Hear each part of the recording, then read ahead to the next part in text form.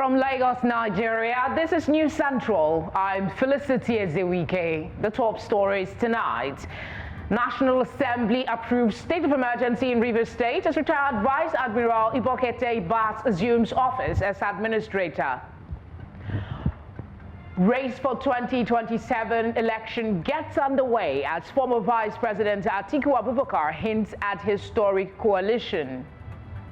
And thousands mourn as funeral ceremonies held across the country for victims of North Macedonia nightclub fire. In business, depots up price to 875 naira per litre as Dangote halts local currency petrol sale. And in sport, Christy Coventry becomes first woman and first African elected president of the International Olympic Committee.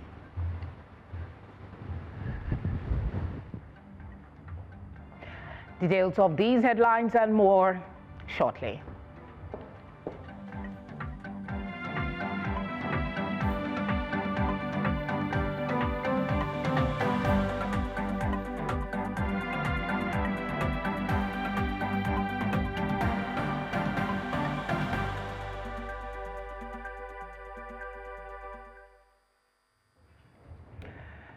Thank you for joining us.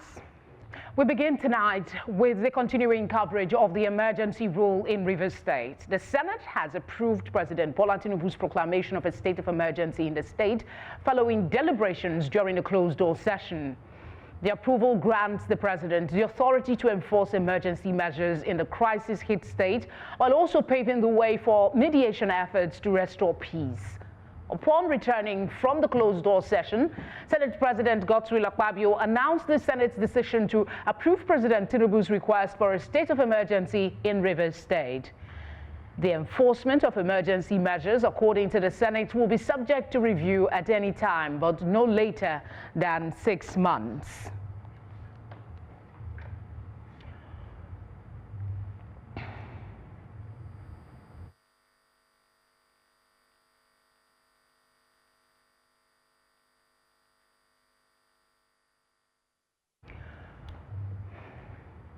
Also, the House of Representatives has approved the declaration of a state of emergency in Rivers State, along with a 6-month suspension of Governor Siminalayi Fubara and his deputy, as well as elected members of the Assembly, as announced by President Bola Tinubu. The seal of approval for the President's proclamation came via voice vote during Thursday plenary that was presided over by the Speaker, Tajuddin Abbas.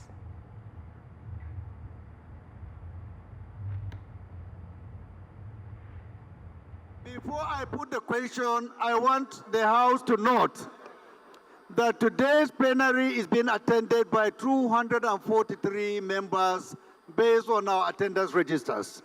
Just for records, we are more than satisfied the requirement of this particular amendment.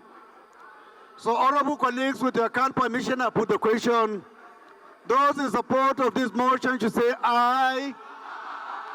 Those in support should say aye. Those in support should say aye. Those against should say nay. The ayes have it. Thank you. Leader of the next week. Is done?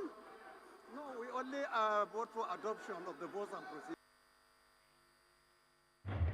The sole administrator of Rivers State has delivered his inaugural address, laying out the vision for his 6-month term and assuring residents of his desire to lead the state within the ambit of the rule of law. In his address on Thursday, retired Vice Admiral Ibokete Bass also requested the support of the Rivers State people, adding that he meant well in taking up a responsibility as he had done at a time of political tension and instability.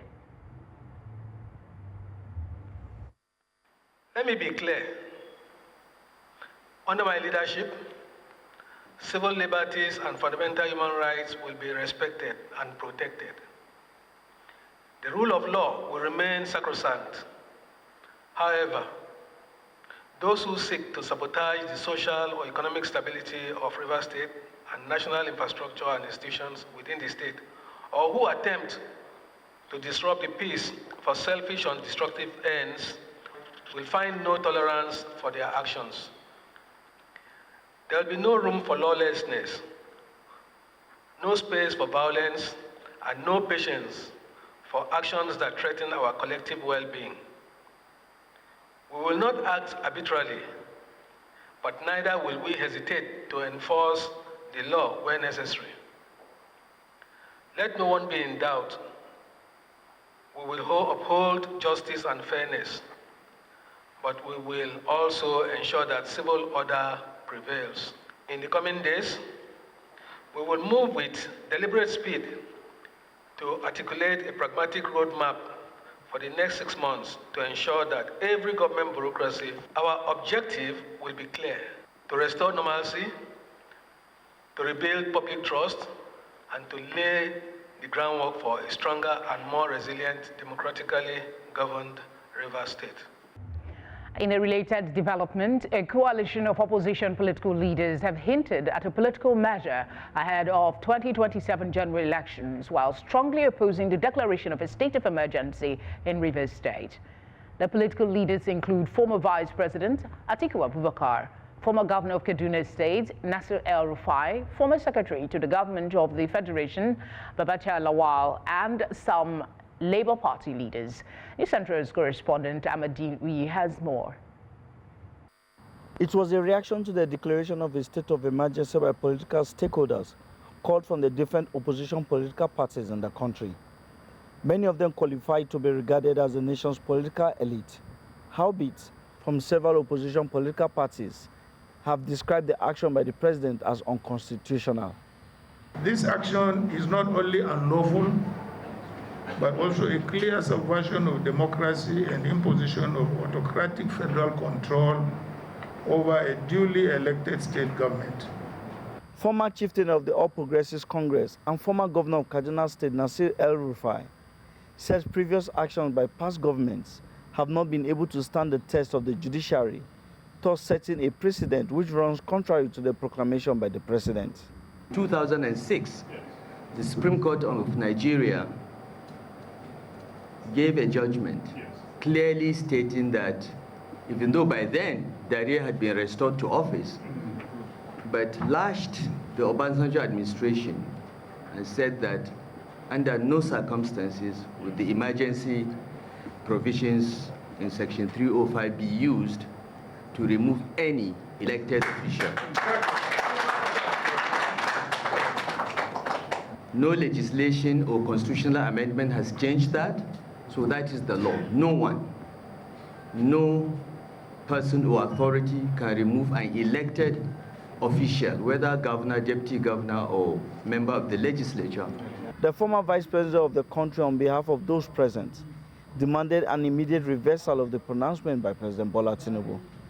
We call on President Bola Ahmed Tinubu to immediately revoke this unconstitutional proclamation and reinstate the elected governor, deputy governor, and state assembly of Rivers State. We urge the judiciary to act swiftly in striking down this proclamation, as it sets a dangerous precedent that could be used to arbitrarily remove any governor in the future. The group, also known as the concerned leaders and political stakeholders in the country, also hinted that ahead of the 2027 general elections, they will consolidate their thoughts and opinions so as to serve as a viable opposition against the current APC-led government. In Abuja for News Central, I am Amadine Uyi. Many thanks, Amadine. We're now joined by News Central correspondent Igbalani Omoniyi, who has been tracking the story from Port Harcourt, the Rivers State capital. And he will be giving us a situation report. Ni, speak to us about what the situation has been since the resumption of office of the sole administration and, of course, reactions to his maiden address. Thank you, Felicity. I would like to start with the elements of Rivers State. As if you can see or you can feel, you can see behind me, the streets are quite deserted, not because the sole administrator is in town, but because it's raining heavily. And since I've been in Rivers State, just this morning we have very sparing rain, but now it's quite heavy, which is one of the very few times we've had this since I've been in Rivers State. And it almost seems like even the weather is attested to the fact that we have a new authority in town. We can't really say that this is that the the arrival, the resumption of the sole administrator is what has made the street deserted now, because we went out at about 8 p.m. tonight to observe, and we could tell that activities were ongoing as it used to be. But because of the rain now, I want to believe that's why we can't go back to the spot where we were yesterday, or even to check or speak with people right now to air their view. However, we spoke to people earlier before now, and they were concerned about a few things. While before now there were speculations, there were assumptions, or there were hopes that the sole administrator will not resume, or if the National Assembly will not actually stamp the proposal or the pronouncement by the president. Now the reality is set. The sole administrator is here. People, however, have raised concerns about key words the sole administrator has made before his main speech he did at 7 p.m. today, the word he did at the airport. The first one they raised is, he mentioned that there is calm. He noticed calm and is here to maintain that same calmness. And they now ask him, if there is calm here, if there is peace, if there are no problems, what exactly is the Vice Admiral doing in their state? That is one. Now, at the 7 p.m. broadcast that he did, he mentioned a whole lot of things and comments rolled out. One of the other concerns people had was there were quite points of repetition that has to do with violence, oil infrastructures, violence against oil infrastructures. It almost seems like that is what is also here to supervise majorly. I'm talking about the voices of people we've heard and we've spoken to, and these are the concerns they are having, asking themselves, what exactly is the Vice Admiral here to do? Now, Governor Fubara has also responded, because a lot of people have been waiting for him to speak since this whole incident started, and in a press release by his chief press secretary tonight started rebutting some facts or some pronouncement made during the broadcast by the president. One, importantly, is the demolition of the Rivers Assembly that happened back in 2023, and it raised the concern. I'm trying to interject and just jump on what you said about people questioning what the Vice Admiral is doing in Rivers State. Does that signal perhaps that they still have some hope that the situation might be very short-lived and maybe the governor may be restored to his role? I wouldn't say that, Felicity, because as we said,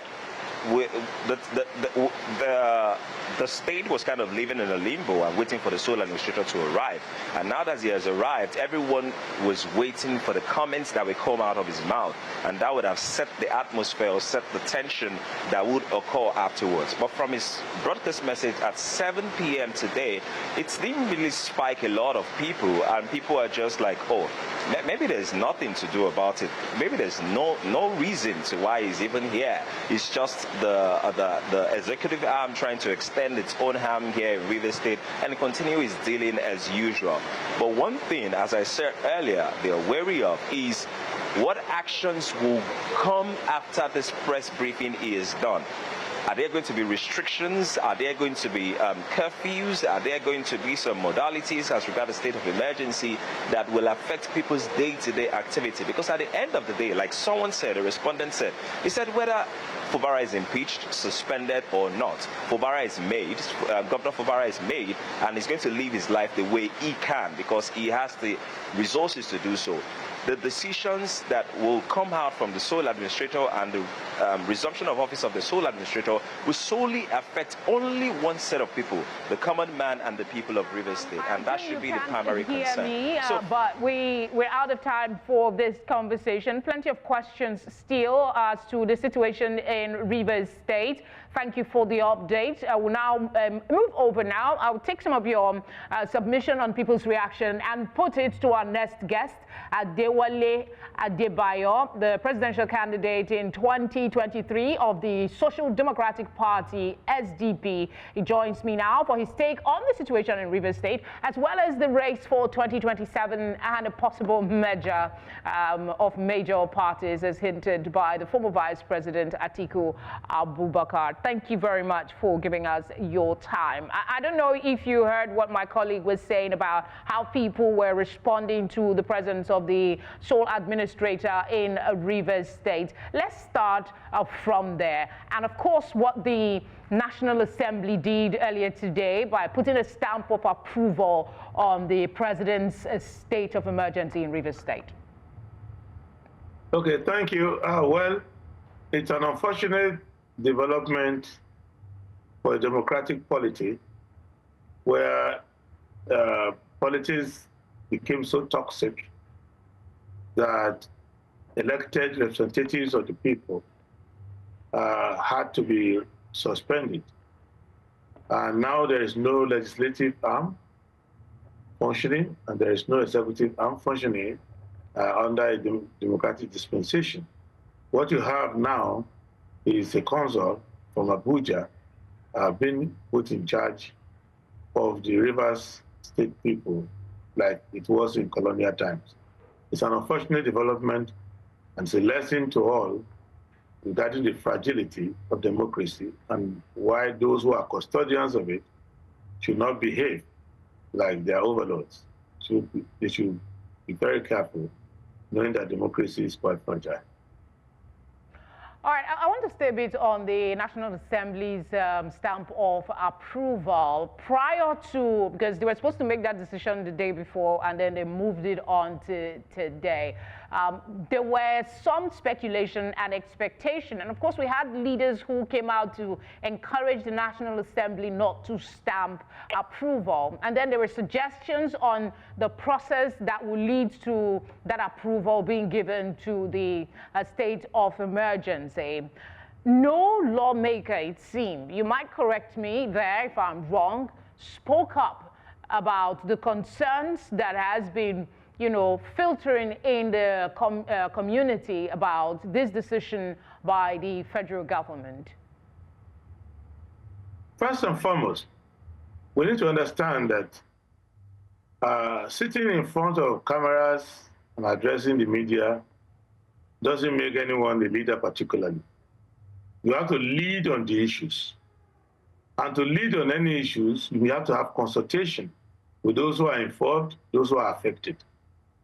In the National Assembly, those who have the primary duty are the 3 senators from Rivers State and the representatives, the House of Representative members, because they will be able to give an on-the-fact report to their colleagues, because they are representing Rivers State. And they should have been able to advise their colleagues about the true state of affairs. I hope that it's not a case where politics essentially overrode any sense of responsibility that they owe to Rivers State. Now, secondly, many of the people appearing in the press conferences and talking, they're talking maybe as concerned citizens. But in leadership, every political party that they come from has senators and representatives in the National Assembly. In the SDP, if I may come in, I wanted you to focus on the fact that there was no conversation as usual. We would expect whatever decision the Senate has to, there will be a conversation on the floor of the House, and lawmakers will air their submission or disagreements with the proposal, but none of that happened. And if you think about how people have expressed divergent views on the constitutionality of setting others in that declaration by the president, one would expect different from the National Assembly, don't you think? No, not necessarily, because what we need to know about is the difference between politics, governance, and having an opinion on a subject at a theoretical level. For example, I would imagine that if I were president and I find myself in this kind of situation and I need to declare an emergency, I will consult with the National Assembly first. And I would let them understand what I want to do. So maybe that has taken place, and they have been able to be made to understand what the president had in mind when he made that order. So if the president fell into error, as I think he fell into error, in suspending the governor and the assembly, I have not read the security report that he read. I don't have all the facts that he has. I'm not the president. I believe the president will have more security report than I do have.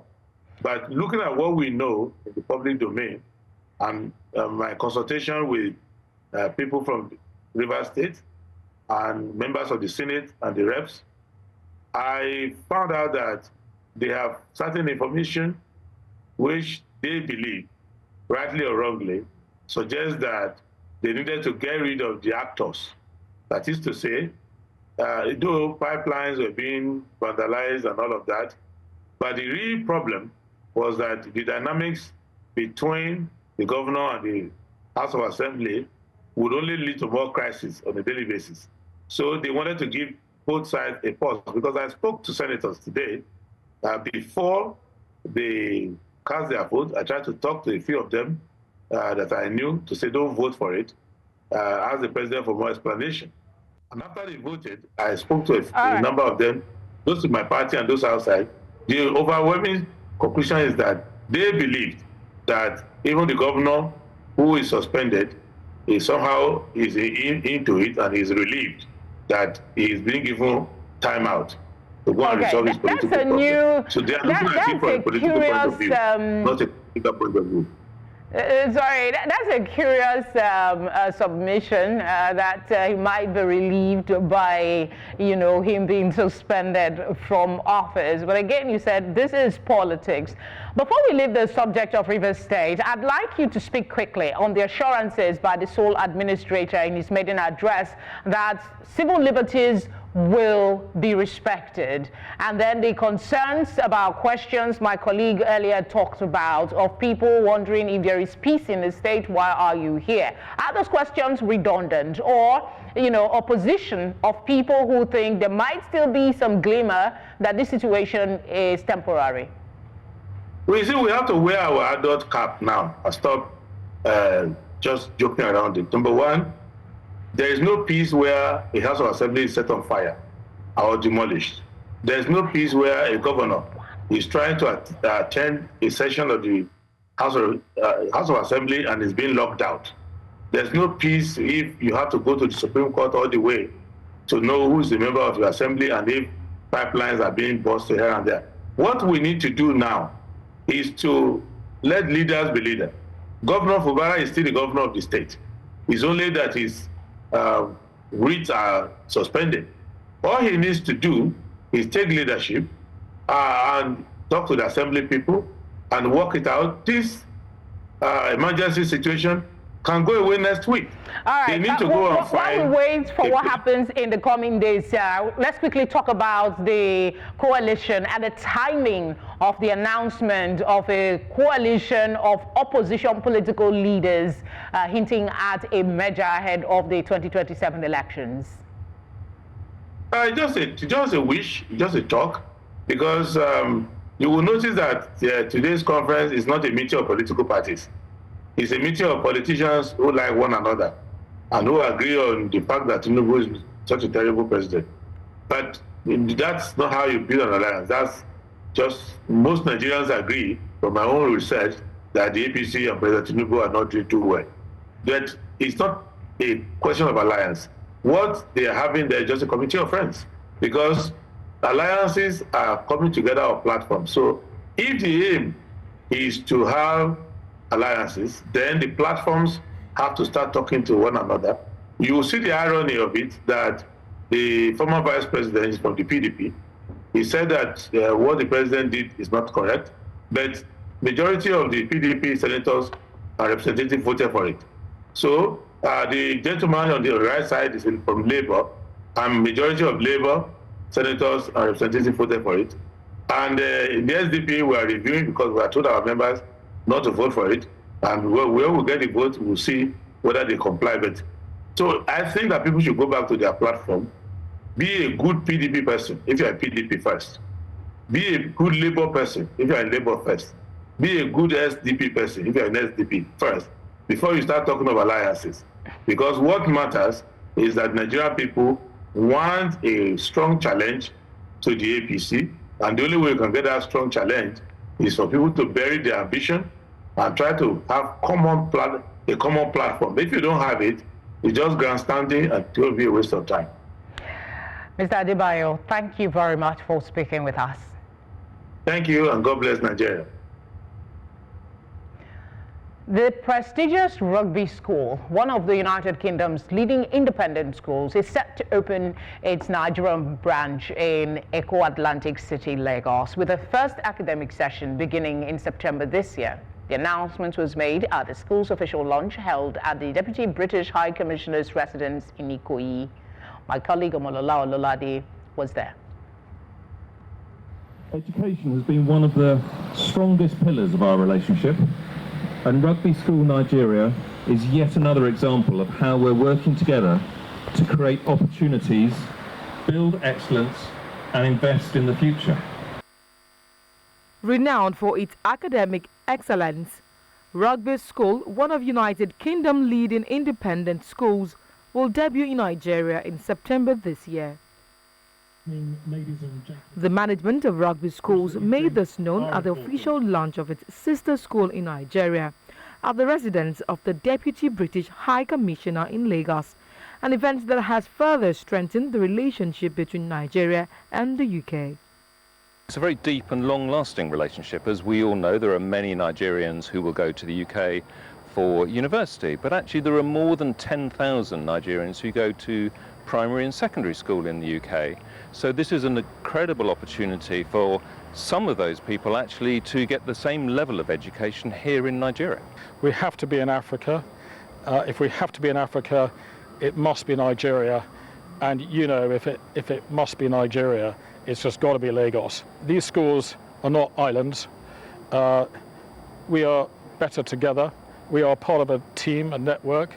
We will exchange pupils. We will have teacher exchanges. We will collaborate, share ideas, and the schools will be part of one community. Located in Eko Atlantic City, Rugby School Nigeria aims to become one of West Africa's leading day and boarding institutions. I think it really reflects our ambition to be forward-thinking and also at the heart of exciting new projects. And Rugby School Nigeria will be absolutely fantastic, both for the Rugby School Global Group, but also I hope for Lagos and for the wider Nigerian population. For students aged 11 to 18, admission requirements include academic assessment with a curriculum featuring A-level courses, as well as strong programs in sport, art and leadership. There are going to be three main criteria to satisfy. First of all, you have to have an interview with me. That might be a little bit tricky. I might ask you to do a presentation if I'm not sure about you. Secondly, you've got to do a cognitive ability test and come up with a score that's above 105. And thirdly, you're going to do a pupil's attitude to self and school test, which tells us everything we want to know about your emotional state of mind. Rugby School Nigeria is committed to blending the renowned British education system with Africa's rich cultural diversity, providing students with a transformative learning experience. In Lagos for News Central, Omolola Ololade.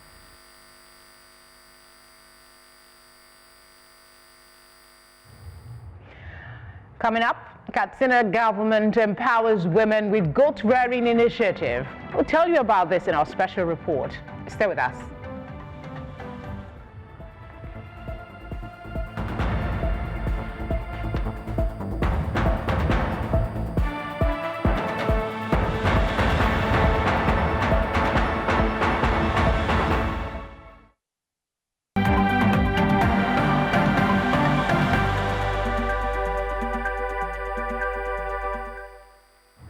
You're watching tonight on News Central. A reminder of our top stories. National Assembly approves state of emergency in Rivers State as retired Vice Admiral Ibokete Ibas assumes office as administrator. Race for 2027 elections gets underway as former Vice President Atiku Abubakar hints at historic coalition. And thousands mourn as funeral ceremonies held across the country for victims of North Macedonia nightclub fire.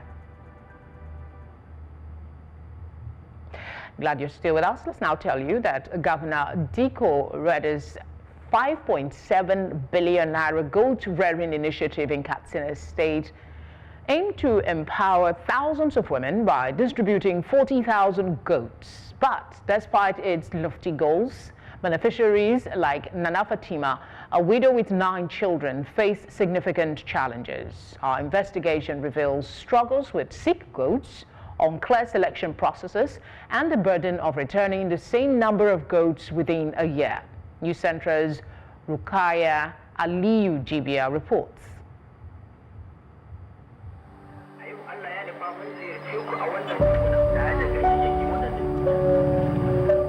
This is Nana Fatima, a widow with 9 children. She is one of the 3,610 beneficiaries of Katsina State's 5.7 billion naira goat empowerment program.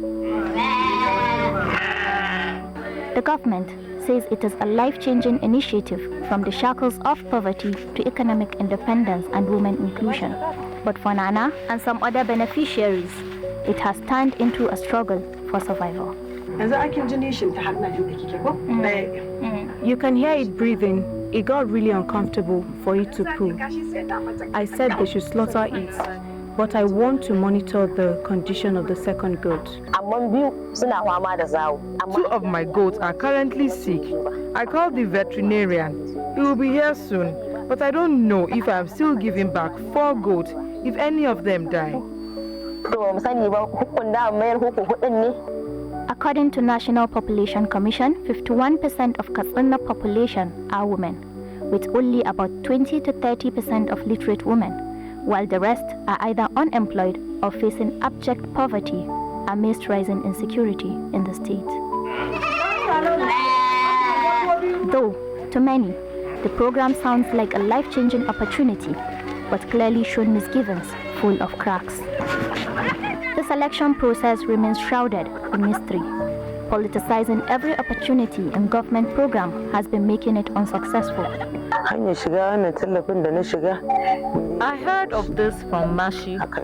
Someone worked it out for me. Usman Osi. Yes, I am related to Usman Osi.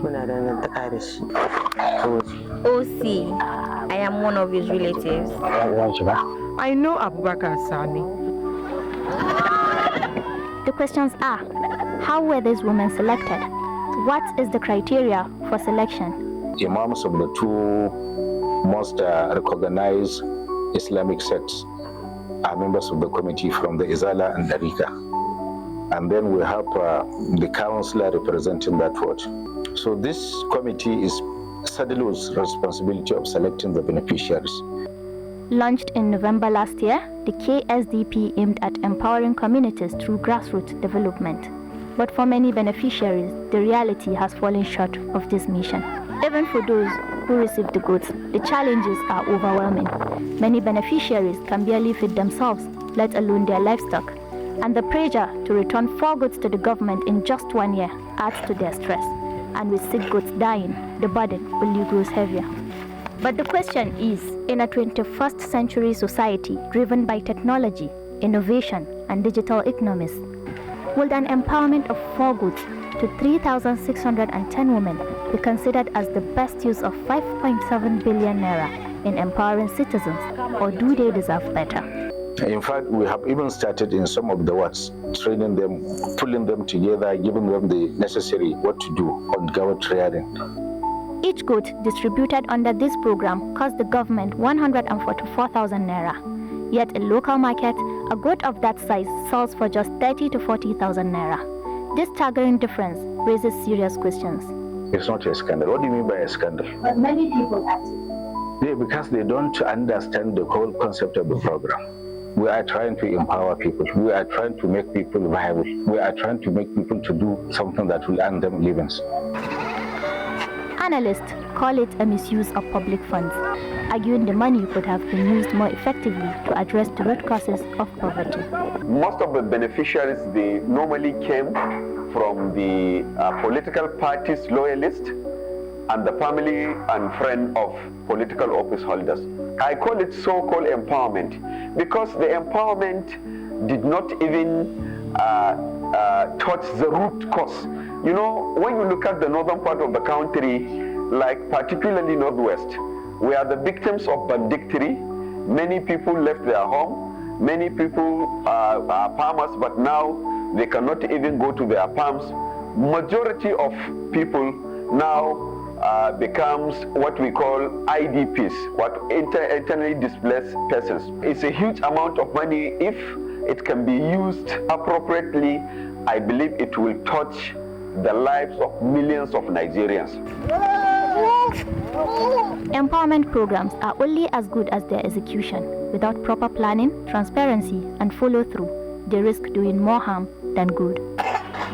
For Nana and many others, the goats were meant to be a lifeline. Instead, they've become a burden. The question remains, was this truly empowerment or just another misplaced priority? In Katsina, Rukaya Jibia for News Central. Rukaya joins me now in the studio to take a closer look at the Goat Rearing Empowerment Initiative in Katsina State. Rukaya, you asked very pertinent questions in that special package. A very good one, I must say. But I just wanted to quickly ask, were you satisfied with the responses from the government representative when you asked about the costs? Or was there something more he told you? Because what is the rationale for buying goats for 144,000 when the market value is about 30 to, let's stretch it and say 100? Yeah, okay. Let me use what the government says. The government says they bought each goat at not more than 60,000, as the SA said. But I went to these villages and I saw the goats. The goats are not more than 30 to 40,000 naira, and I meant that 40,000 naira. Let's say I'm just fair. But if to say, like I can follow my heart, I will say that those goats are not even up to 25, maybe highest 40 and 30,000 naira. So, and you ask about the selection also. Clearly, the selection process is full of cracks, just like I said in the report. Because as you can see, most of the beneficiaries, or I rather call them victims because I call them victims, most of the victims are the relatives and the loyalists of the members, the family members of the people that are saddled with the responsibility of selecting them. Just like one of the beneficiaries, I think Louisa, she's a sister to one of the CDOs. So you see clearly there are cracks in the selection. All right, okay, let me just also ask you before we go, were there any provisions for feeds for these women long term? Because they're expected to bring back 4 goats at the end of the year. And were there also provision for the possibility that something might happen to these goats and the women might not be able to repay? About the feed, they were given 1 bag of feed each. And I asked them, like, if that bag, like how, like the duration of the time the bag can take them. And they said it's going to be 3 weeks, maybe at the highest a month. And I asked, okay, are you going back to the government? Are the government supporting you when this bag finishes? And they said no. So there is no any provision for goat feed after the one they were given is finished. Okay. Thank you for that report. We appreciate your time.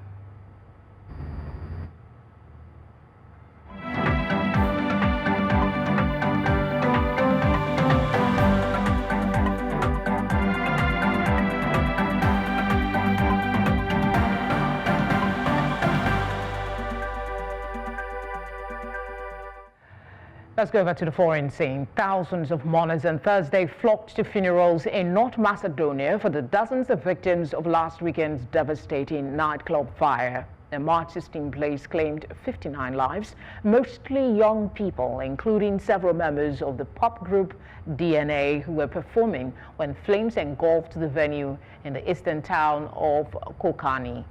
Burials were held in several cities and towns throughout the country, but the main funeral was in Kokani, a town of about 25,000 people east of the capital, where 30 of the victims were being buried with coffins lined up near graves dug by excavators. Business news is next when we return. Stay with us.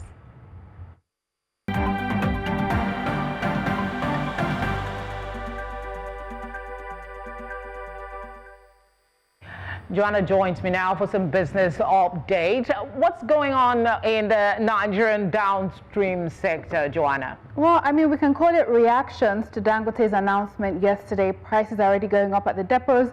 And of course, that will eventually trickle down to the end consumer, you and I. I'll give you the details after this break.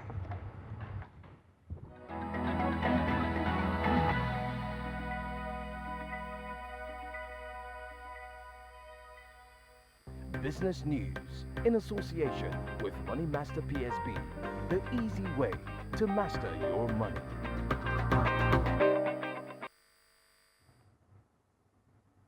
The Nigerian downstream sector has recorded yet another quick shift following Dangote Refinery's latest decision to temporarily halt the supply of refined petroleum products in the country's local currency to markets.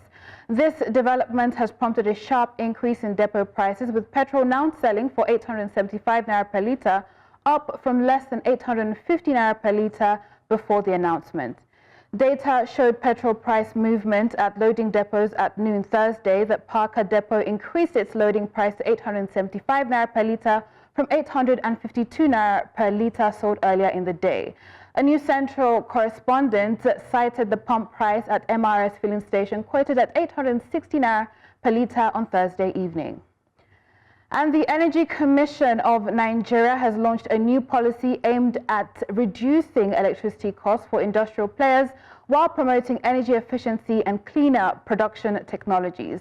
Unveiled in Abuja by Director General Dr. Mustafa Abdullahi, the initiative seeks to enhance Nigeria's industrial energy performance and stimulate sustainable growth. A compendium of industrial energy efficiency policies were also introduced to guide stakeholders in adopting effective energy management systems. Industry leaders, including the Manufacturer Association of Nigeria, praise the initiative as vital for economic diversification and environmental sustainability, aligning with Nigeria's broader energy transition objectives. And on today's trading, we saw the market dip marginally, 0.05%. This makes it 5 consecutive trading days in the red. Will tomorrow make a difference? We'll have to wait and see. But investors lost about 35 billion naira on the exchange today. Coming to sectoral performances, banking is down, insurance up 0.13%. Oil and gas is flat today, as well as industrial goods, and we have consumer goods gaining 0.39%. Again, will this losing streak continue? We'll find out on Friday. That's it on Business Tonight. I am Joanna Mustafa.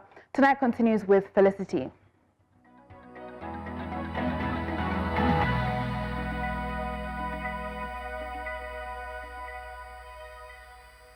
Business news in association with Money Master PSB, the easy way to master your money.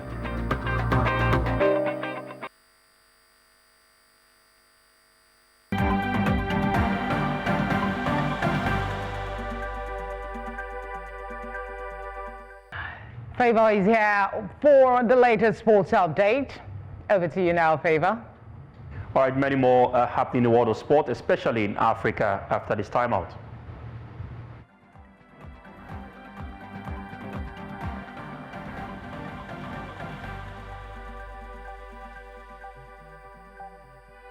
Sports update brought to you by Corn Oil. Corn Oil, we go the extra mile.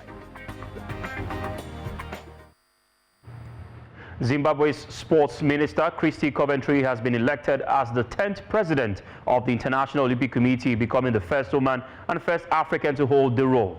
The 41-year-old was chosen in a secret ballot of 7 candidates at the 144th IOC session being held in Costa Navarino in Greece on Thursday. Now, of course, President-elect Coventry replaces outgoing President Thomas Bach, who was first elected in 2013 and re-elected in 2021. She received 49 votes in the first round, exactly the number required for a majority from the 97 votes cast. She will be the first woman and the first African to serve as the IOC president. The 2004 Olympic gold medalist will assume office after the handover from President Bach on Olympic Day, 23rd of June. Away from there now to football ahead of Nigeria's crucial 2026 FIFA World Cup qualifying clash against Rwanda on Friday at the Mahoro Stadium in Kigali. Super Eagles captain William Truth-Ekong and head coach Eric Chell have expressed full confidence in the team's ability to secure a vital win. Speaking at the pre-match press conference, Truth-Ekong stressed that the team is fully prepared and focused on the task ahead. Chell emphasized the importance of the Super Eagles focusing on their own game, highlighting the team's strength and the need for hard work. With just 3 points from 4 matches in the qualifiers, Nigeria face a must-win situation to keep their World Cup hopes alive. The match is scheduled for Friday at 5 p.m. Nigerian time.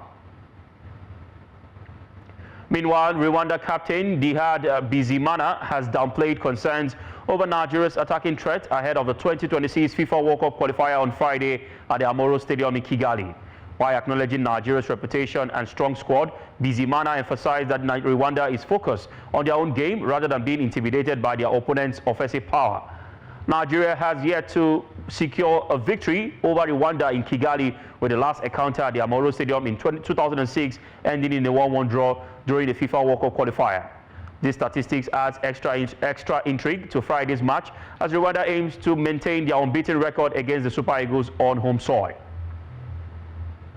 And that wraps it up on Sports Update. I'm Favor Itwa. Up next is entertainment.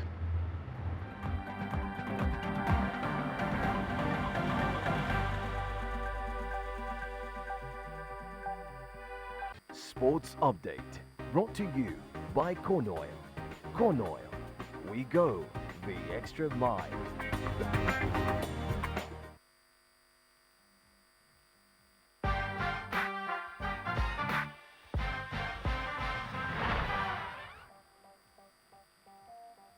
Entertainment news in association with Glow Unlimited. And welcome to the world of entertainment, as Mariah Carey has won a lawsuit filed by songwriter Andy Stone and co-writer Troy Powers, who alleged that Mariah Carey's 1994 hit All I Want for Christmas Is You copied their 1989 song of the same name. Now, the plaintiffs claims that Carey's song copied their compositional structure and included similar lyrics and phrases, according to what they said. Now, however, the court dismissed their claims, accepting their testimony of experts for Carey. Now, who argued that the song had minimal similarities and the elements of the music were in common use and not subject to copyright protection. Now, the court also imposed sanctions on the plaintiffs' lawyers, accusing them of filing frivolous claims and violating court instructions by introducing irrelevant issues in the case. The judge ruled that the plaintiffs' legal team failed to comply with the court's order to focus solely on comparing the songs, leading to unnecessary delays and increased costs. Carey and her co-defendants were awarded legal costs, with the plaintiffs' lawyers required to pay some of all the expenses incurred by the defense. So we say a big win for Mariah Carey. So Felicity, what do you think? Yeah, it's a big win. I mean, I don't think they have the right to sue if they feel like their rights have been infringed. And the court has ruled now, so hopefully this puts an end to the issue. I feel that because the song was so big for Mariah Carey, everybody wants a piece of that. When the song is big, which one? They'll be coming from the woodworks now. Have you forgotten? Well, what can we say? Well, that's all we have on entertainment tonight, by the way.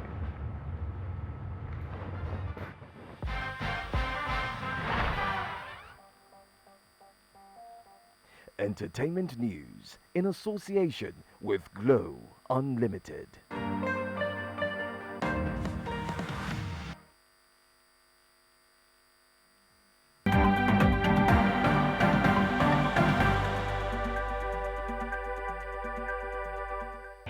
That's all the news we have for you tonight. Remember to send your eyewitness report to the number that's showing now on your screen. We'd love you to give us a follow on social media. We are at News Central TV. You can watch News Central live on DSTV channel 422, GoTV channel 23, Star Times channel 274, Avo TV, and on YouTube. As always, thank you very much for watching. Have a good night rest.